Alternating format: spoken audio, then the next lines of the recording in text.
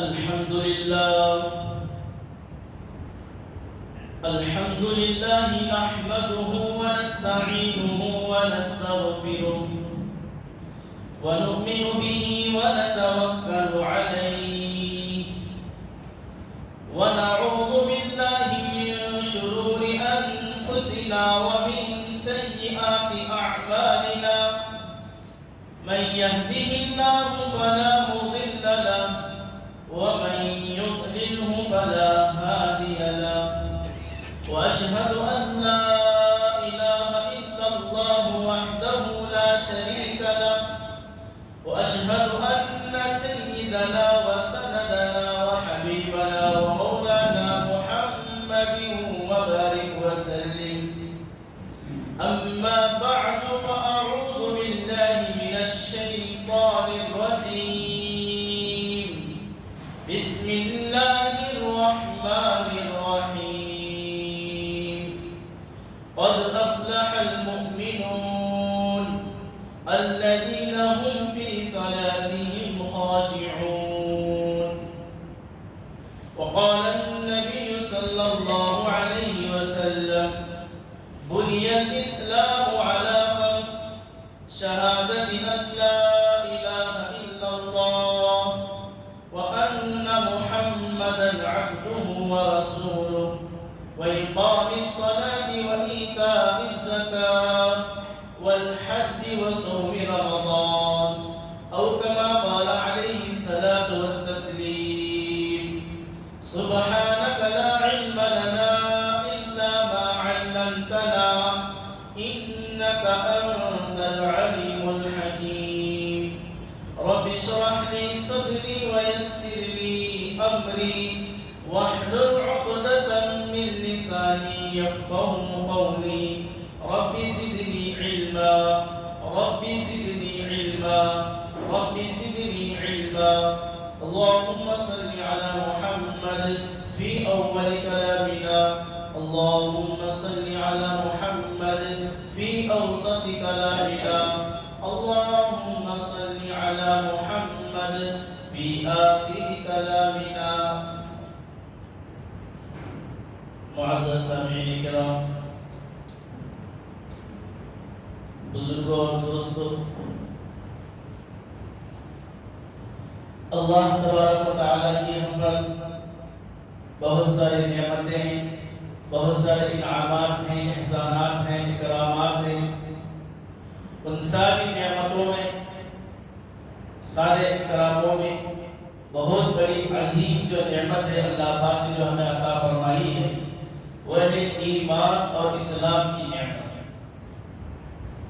ایمان کی نعمت بہت بڑی نعمت ہے اللہ پاک نے روئے زمین پر بہت ساری مخلوقات کو پیدا فرمایا ہے ان ساری مخلوق میں سب سے افضل ترین مخلوق اللہ نے انسان کو بنایا ہے اللہ پاک ہمیں بھی انسان بنایا اور انسان بنانے کے ساتھ ساتھ اللہ پاک نے ہمیں ایمان کی دولت سے بھی نوازا یہ بہت بڑی عظیم نعمت ہے ایک آدمی ہے اس کے پاس سب کچھ موجود ہے مال اور دولت ہے بیوی اور بچے بھی اچھے خاندان کا ہے دنیا کی ہر قسم کی راحت اور سکون کا سامان اس کے پاس موجود ہے اور اسے کوئی پریشانی نہیں ہے وہ خوبصورت بھی ہے خوبصورت بھی ہے سب لوگ اس کی واہ واہ کرتے ہیں لیکن ان ساری چیزوں کے ہونے کے باوجود اگر اس انسان اور اس آدمی کے پاس ایمان جیسی نعمت نہیں ہے وہ اگر مسلمان اور ایمان نہیں ہے تو اس کے پاس کچھ بھی نہیں ہے سب کچھ ہونے کے باوجود وہ بیکار ہے اللہ فرماتے ہیں فَلَا نُقِيمُ لَهُمْ يَوْمَ الْقِيَامَةِ وَزْنًا کہ قیامت کے دن ان کافروں کا کوئی وزن اور کوئی اعتبار نہیں ہوگا تو اللہ پاک نے اور ایک آدمی اس کے برخلاف جس کے پاس کچھ بھی نہیں ہے ظاہری اعتبار سے اس کے پاس مال اور دولت نہیں ہے وہ بیمار رہتا ہے پریشان رہتا ہے اور کمائی کا کوئی ذریعہ بھی نہیں ہے لیکن اس انسان کو اس آدمی کے پاس ایمان جیسی نعمت ہے تو قسم اللہ کی وہ آدم علیہ السلام سے لے کر آپ قیامت تک کے کافروں کے مقابلے میں وہ انسان بڑا ہوا ہے، اس لیے کہ اس کے اندر ایمان کی دولت ہے، اس کے اندر اسلام کی دولت ہے۔ اور جیسے یہ دولت اللہ کے نزدیک بہت بڑی دولت ہے، اللہ کی طرف سے ہمیں جو ملی ہے بڑی عظیم نعمت ہے، ویسے ہی بڑی حساس اور بڑی ہی خطرناک ڈرنے کی دولت ہے۔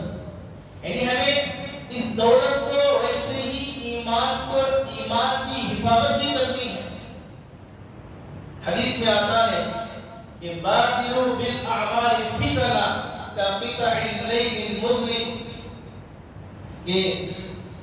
اے مومنوں نیک کام کرنے میں جلدی کرو، ایسے فتنوں کے آنے سے پہلے جو اندھیری رات کی تاریکی کی طرح ہو۔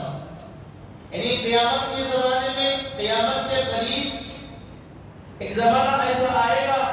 کہ اس زمانے میں ایسے فتنے رونما ہوں گے۔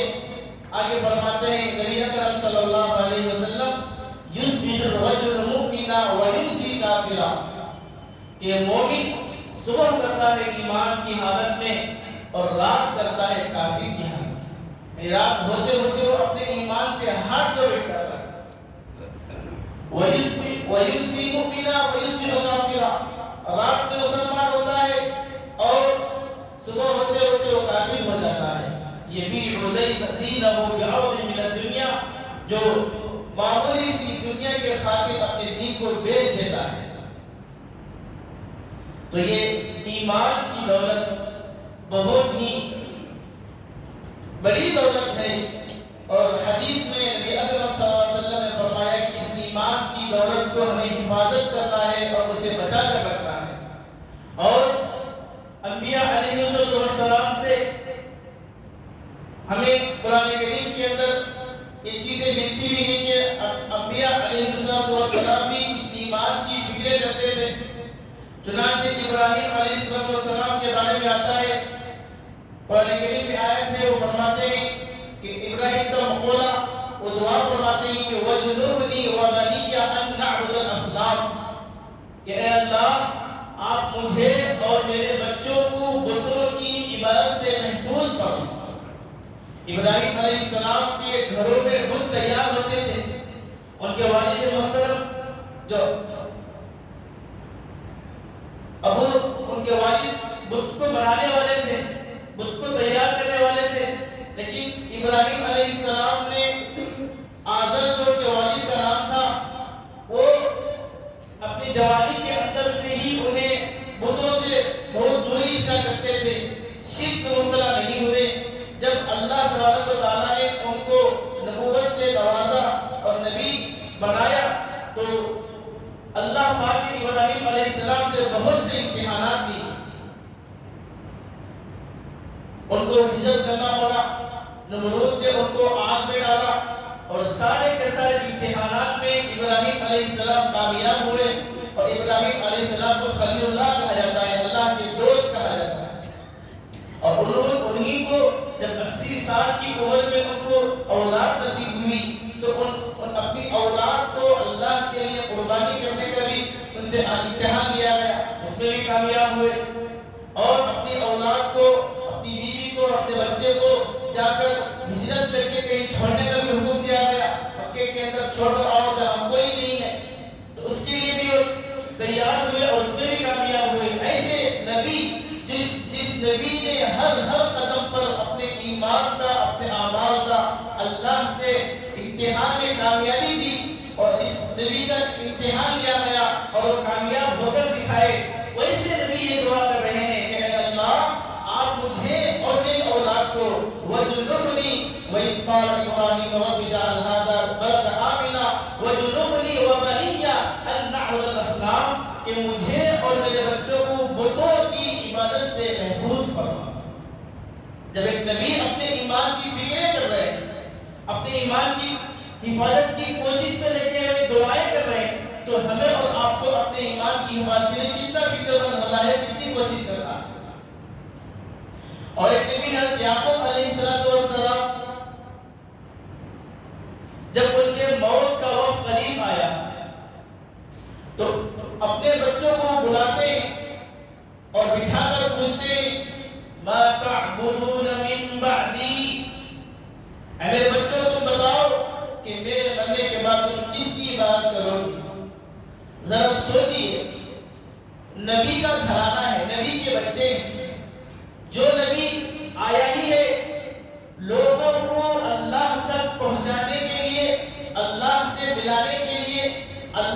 وحدت کو، اللہ کی کبریائی کو، اللہ کی بڑائی کو لوگوں تک پہنچانے کے لیے جو نبی مبعوث کیا گیا، وہ نبی کا گھرانہ کیسا ہوگا؟ کیا انہوں نے اپنی اولاد کو تربیت نہیں دی ہوگی کہ میرے بعد کس کی بات کرنا ہے، کس کو پوچھنا ہے، کس کی ماننا ہے، کس کی سننا ہے؟ ایک نبی ہے، ایک پیغمبر ہے، ان کا کام ہے لوگوں کو، بھٹکے ہوئے لوگوں کو اللہ تک پہنچانا۔ وہ اپنے بچوں کو بلا کر کہتے ہیں کہ بتاؤ ما تعبدون من بعدی، ارے میرے مرنے کے بعد تم کس کی بات کرو گی؟ قالوا نعبد الہک و الہ آبائک ابراہیم و اسحاق۔ ان کے بچے کہنے لگے کہ ہم آپ کے بعد آپ کے جو معبود تھے اللہ، اور ابراہیم اور اسحاق علیہ السلام کی جو معبود تھے اللہ، ہم اسی بات کے ہیں۔ اور ایک نبی کے بارے میں آتا ہے یوسف علیہ السلام، اللہ تبارک و تعالیٰ نے ان کو بڑا حسن و جمال عطا فرمایا تھا، اور یہ اپنے زمانے کے بادشاہ بھی رہے۔ یوسف علیہ السلام کی اللہ تبارک و تعالیٰ نے بہت سارے مصیبتوں آزمائشوں سے گزارا۔ بچپن میں بھائی ان کے دشمن ہو گئے، ان کو کنویں میں ڈال دیا گیا، وہ کنویں سے اٹھا کر ایک قافلے والے مصر کے پاس، مصر کے بادشاہ کے پاس بھیج دیا۔ وہاں زلیخا علیہ السلام نے ان کے ساتھ ایک چال رچی، جس کی وجہ سے ان کو جیل میں ڈال دیا گیا۔ جیل میں ان کے جو ساتھی تھے، ان کے ساتھی سے انہوں نے خواب دیکھا، خواب کی تعبیر بیان کی، اور وہ ساتھی بادشاہ کے سامنے غلام بنا، اور بادشاہ کے سامنے ایک خواب نظر آیا۔ تو اس خواب کی تعبیر کے لیے وہ ساتھی یوسف علیہ السلام کو یاد کرتا ہے، اور وہ بادشاہ یوسف علیہ السلام کو جو ہے خزانے کا خزانچے والے تھے۔ تو یہ نبی اکرم یوسف علیہ السلام کے بارے میں آتا ہے کہ وہ بھی قرآن کریم میں موجود ہے کہ وہ دعا کرتے تھے فاطر السماوات والارض انت ولی فی الدنیا والآخرہ توفنی مسلما والحقنی بالصالحین۔ اے آسمانوں اور زمینوں کو پیدا کرنے والے، آپ بھی میرے دوست ہیں دنیا اور آخرت میں بھی۔ وہ فرماتے ہیں توفنی مسلما، میری وفات ہو اسلام اور مسلمان کی حالت میں، والحقنی بالصالحین، اور مجھے نیکوکار میں شمار عطا فرما۔ تو بڑے بڑے انبیاء علیہ السلام نے ایمان کی فکریں کی۔ ابراہیم علیہ السلام، یعقوب علیہ السلام، یوسف علیہ السلام، یہ تو وہ انبیاء ہیں جن کا ذکر قرآن کریم میں صریح الفاظ سے موجود ہے کہ وہ کہتے ہیں کہ اپنے اور اپنے ایمان کے بعد اپنے بچوں کے ایمان کے بارے میں اے اللہ ہمیں حفاظت فرما، اور ہماری موت جو ایسی حالت میں آئے کہ ہم جو ایمان والے ہوں، اسلام والے ہوں۔ بزرگوں اور دوستوں، اللہ پاک نے ہمیں یہ ایمان کی دولت، یہ ایمان کی نعمت جو اللہ نے ہمیں دی ہے، یہ بہت بڑی نعمت ہے، دین پاکیہ عطا فرمائی ہے۔ ہم جو ہے مسلمانوں کے گھرانے میں پیدا ہو گئے، ہمارے والد مسلمان تھے تو آج ہم مسلمان ہیں، ہمارے دادا مسلمان تھے تو آج ہم مسلمان ہیں۔ ہم نے کہیں سے سیکھ کر، اسلام کے اخلاق کو دیکھ کر، کہیں سے پڑھ کر، ایمان کے بارے میں جانچ کر، معلوم کر کے ایمان لے کر نہیں آیا ہے۔ اس لیے ہمیں اس کی قدر نہیں، اس کا علم نہیں کہ ایمان کیا ہے، اسلام کیا ہے، ایمان کسے کہتے ہیں، اور ایمان کے حاصل ہو جانے کے بعد مومن کو کیا کرنا چاہیے، کیا نہیں کرنا چاہیے، کیا کرنے سے اللہ راضی ہوتے ہیں، کیا نہیں کرنے سے اللہ راضی ہوتے ہیں۔ نبی اکرم صلی اللہ علیہ وسلم نے ہمیں کیا کیا سکھا کر گئے ہیں، کن کن باتوں پر عمل کرنا ہے، کن کن باتوں کو چھوڑنا ہے، یہ ہمیں معلوم ہے، اور معلوم ہے تو ہم کرتے ہیں۔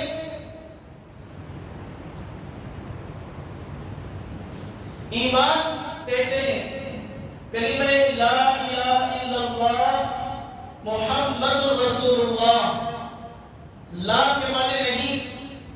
الہ کے معنی معبود، نہیں ہے کوئی معبود سوائے اللہ کے۔ اس کلمے کو زبان سے بولنا اور دل سے اقرار کرنا، یعنی دل میں اللہ کو سچا معبود سمجھنا، اللہ کے علاوہ دوسرے کو معبود نہیں سمجھنا۔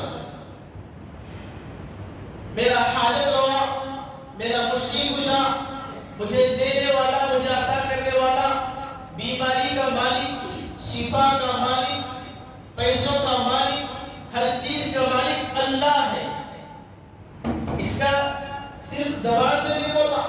دل سے بھی اس کا اقرار ہونا کہ بیماری جو ہے اللہ کے ہاتھ میں ہے، عزت جو ہے اللہ کے ہاتھ میں ہے، ذلت جو ہے اللہ کے ہاتھ میں ہے۔ اللہ فرماتے ہیں قل اللہم مالک الملک، اے نبی آپ کہہ دیجئے کہ اے اللہ آپ ہی ہیں مالک الملک، بادشاہوں کے بادشاہ آپ ہی ہیں۔ مالک الملک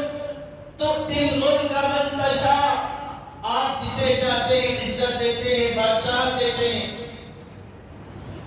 وَتُعِزُّ مَن تَشَاءُ وَتُذِلُّ مَن تَشَاءُ، آپ جسے چاہتے ہیں عزت دیتے ہیں اور آپ جسے چاہتے ہیں ذلت دیتے ہیں۔ تو عزت و ذلت کے مالک اللہ ہے۔ وَمَا مِن دَابَّةٍ فِي الْأَرْضِ إِلَّا عَلَى اللَّهِ رِزْقُهَا، کہ روئے زمین کے اندر کوئی بھی چوپایا، کوئی بھی جانور ایسا نہیں ہے مگر اس کا رزق اللہ کے اوپر ہے۔ ان اللہ هو الرزاق، اللہ ہی ہے جو روزی دینے والے ہیں، جو روزی عطا کرنے والے ہیں۔ ان اللہ علی کل شیء قدیر، اللہ ہی ہر چیز پر کے قادر ہے، ہر چیز کے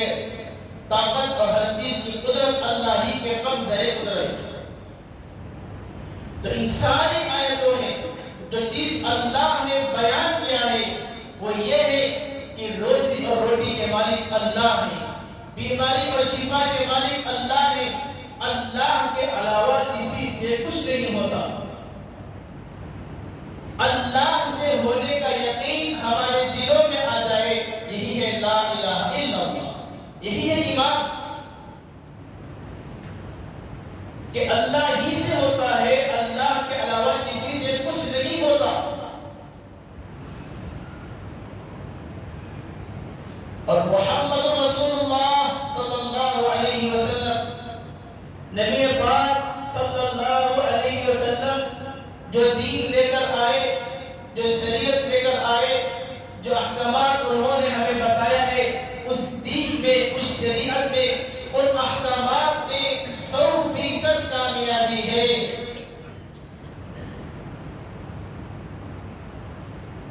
جو خیر لے کر آئے نبی پاک کے علاوہ غیروں کے طریقوں نے، یہودی ہو، عیسائی ہو یا کوئی اور مذہب سے تعلق رکھنے والا ہو، یا نہیں تو ایسے فرقے سے ہو کہ جس فرقے میں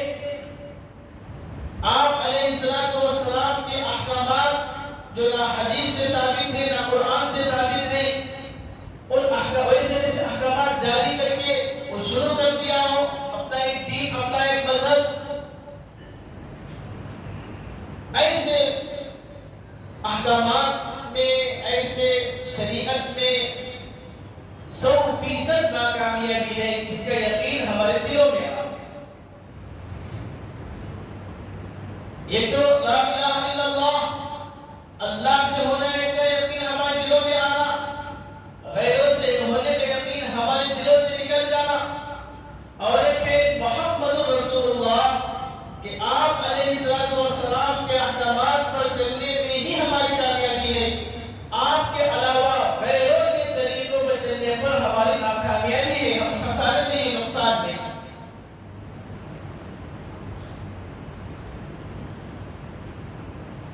چھوٹی سی سورۃ قرآن کریم کی اللہ فرماتے ہیں والعصر، قسم ہے زمانے کی، ان الانسان لفی خسر،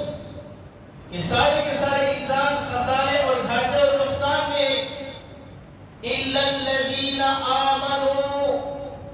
مگر ایمان والے، وہی ایمان کا ذکر یہاں ہو رہا ہے۔ ایمان والے جو ہے خسارے میں نہیں ہے، نقصان میں نہیں ہے۔ تو ایمان کا مطلب ہے ہم خود کو اور اپنی آل اور اولاد کو اور اپنے رشتہ داروں کو، اپنے دوستوں کو یہ سمجھانا، یہ بتانا کہ لا الہ الا اللہ کا مطلب ہے اللہ سے ہونے کا یقین ہمارے دلوں میں آنا، غیروں سے ہونے کا یقین ہمارے دلوں سے نکل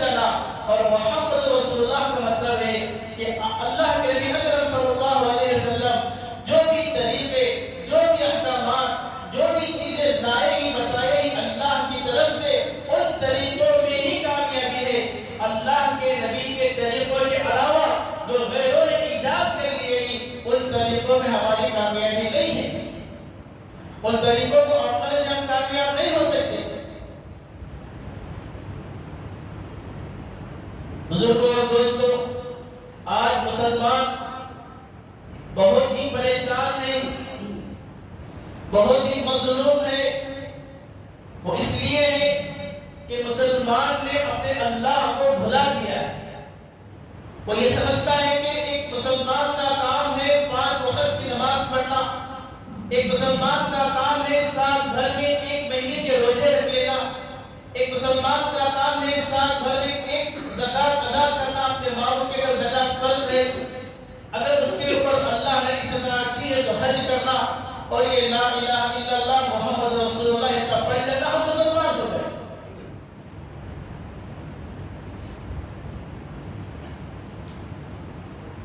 ایک ایمان والا، ایک مسلمان کیا کیا کر سکتا ہے آج ہمیں پتہ نہیں ہے۔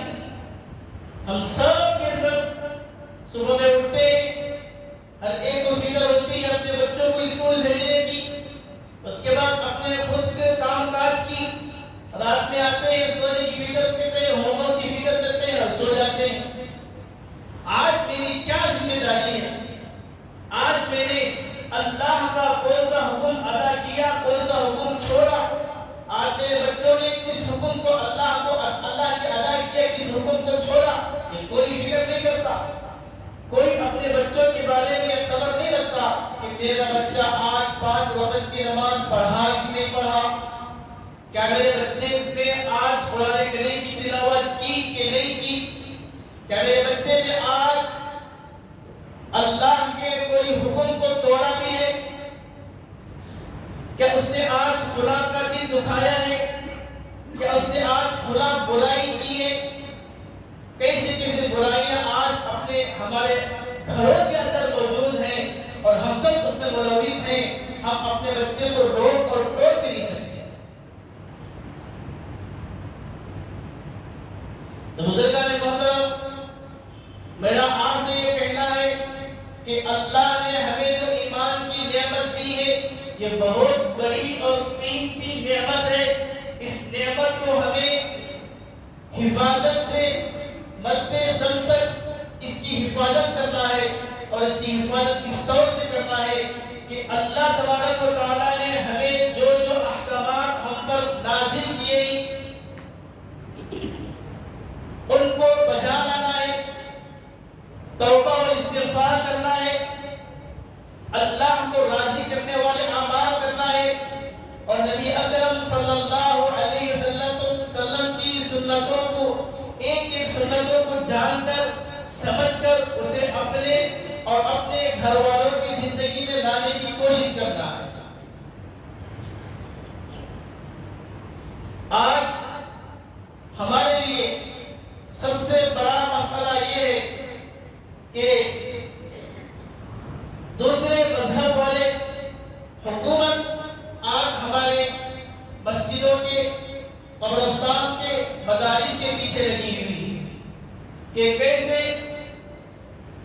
وہ ہماری مسجدوں پر قبضہ جمایا جائے، ہم سے ہمارے وقف کے املاک کو چھین لے اور وہ ان کے اندر ترمیم کر کے ایک بل پاس کیا جائے۔ کئی سارے لوگوں کو شاید پتہ بھی نہیں ہوگا کہ آج کل کیا ہو رہا ہے۔ بزرگوں اور دوستوں، یہ جو مسلم پرسنل لا بورڈ ہے، یہ کسی باپ دادا کی جائیداد کا نظام نہیں ہے، یہ کسی خاندان کا نظام نہیں ہے، یہ کسی رشتہ داروں کا نظام نہیں ہے، یہ ہر ایک مسلمان کا نام ہے۔ مسلم پرسنل لا جو بورڈ جو ہے، یہ ہر ایک مسلمان کی ذمہ داری ہے، اس کی حفاظت کرنا ہر ایک مسلمان کا حق ہے۔ اگر ہمیں اس کی حفاظت کی ذمہ داری اپنے اوپر نہیں لیں گے اور اس کے لیے جو اکابرین اور جو علماء امت کوششیں کر رہی ہیں، جو اجلاس ہو رہے ہیں، ان ان کو کامیاب بنانے، ان میں شریک ہونے کی فکریں نہیں کریں گے تو بزرگوں اور دوستوں، یہ جو حکومت ہے یہ اپنی سازشوں میں، اپنے ارادوں میں کامیاب ہو جائے گی، اور ان کے ارادوں کو کامیاب ہونے میں سب سے بڑا ہاتھ ہمارا اپنا ہاتھ ہوگا، اور ہماری سستی اور کاہلی ہوگی کہ حکومت والے ہم سے مئی کے اندر سے فجر کی اذان چھین لیے، ہم خاموش بیٹھے رہے، ہماری عورتوں کے اندر سے پردہ چھین لیا، ہماری ماں اور بہنوں سے پردہ کا چھین لیا، ہم خاموش بیٹھے رہے، اور کئی سارے مدارس کو، کئی سارے مساجد کو ہم سے چھین لیا، ہم خاموش ہیں۔ اب ہر ایک وقت مسلم پرسنل اللہ بورڈ جو وقت کا جو یہ ہے، اس کے اندر بھی وہ وقت تربیتی بل نافذ کرنا چاہتے ہیں، اور اس کے لیے بھرپور کوششیں کر رہے ہیں، اور اب بھی ہم خاموش رہے تو ہم سے بڑا سست اور ہم سے بڑا جاہل کوئی نہیں ہوگا۔ ہمیں کچھ نہیں کرنا ہے، ہمارے اکابرین، ہمارے علماء جیسے جیسے بتا رہے ہیں، جو چیز اس کے لیے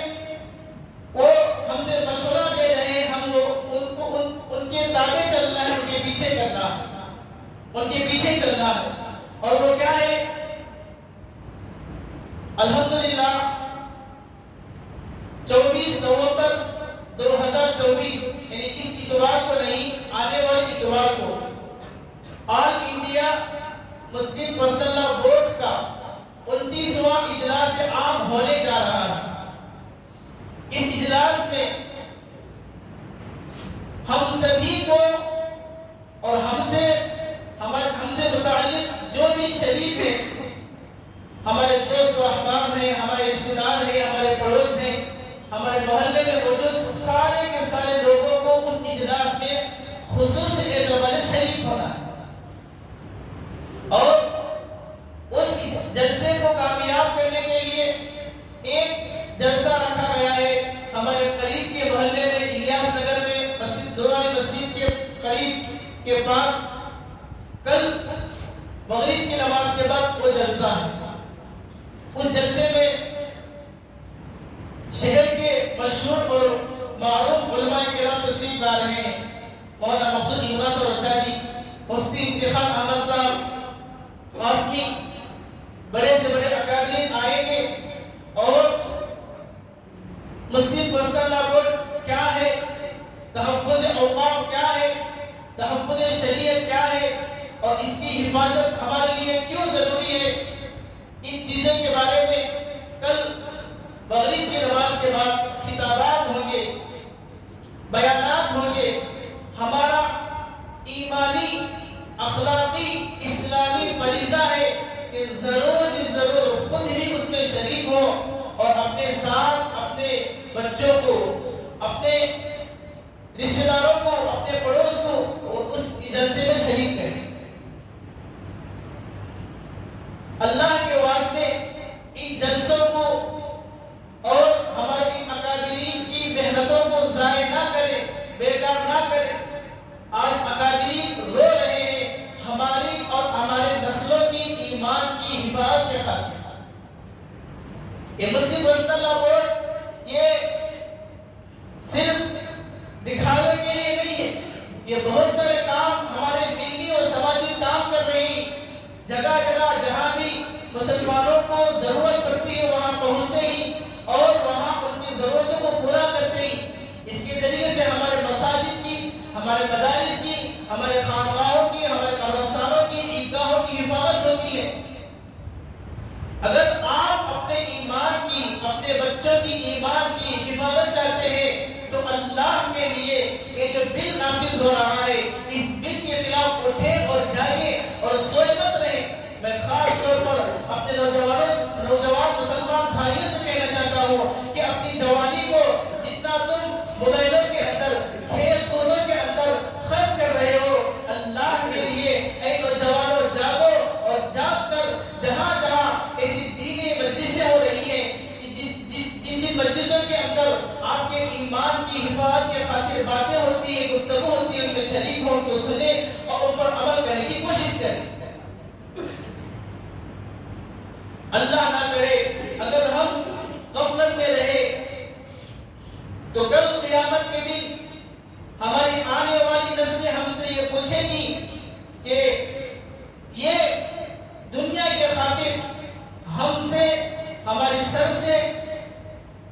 ایمان کی جو چھتیں تھی انہوں نے چھین لیا تو ہم کیا جواب دیں؟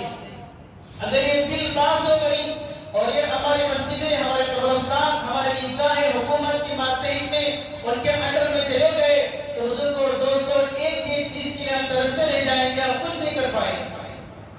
اس لیے اللہ کے لیے اپنی ذمہ داری کو سمجھے اور اللہ اور رسول کے احکامات پر چلنے کی کوشش کریں۔ اللہ تبارک و تعالیٰ نے جو جو احکامات ہم پر نازل کیے ہیں جو صحیح ہیں ان پر چلے، جو غلط ہے جن احکامات سے اللہ کے نبی اکرم صلی اللہ علیہ وسلم نے منع فرمایا ہے ان سے پرہیز کریں۔ دعا ہے کہ اللہ پاک ہم تمام کی ایمان کی حفاظت فرمائے، ہم تمام کو اپنے نیک اعمال میں شریک ہونے کی توفیق نصیب فرمائے، اور جو بھی حکومتیں مسلمانوں کے خلاف، مدارس اور مساجد کے خلاف اور عیدگاہوں اور قبرستانوں کے خلاف سازشیں کر رہی ہیں، اللہ اسے ان سازشوں کو ختم فرمائے۔ اللہ ہم اکابرین کی محنتوں کو قبول فرمائے۔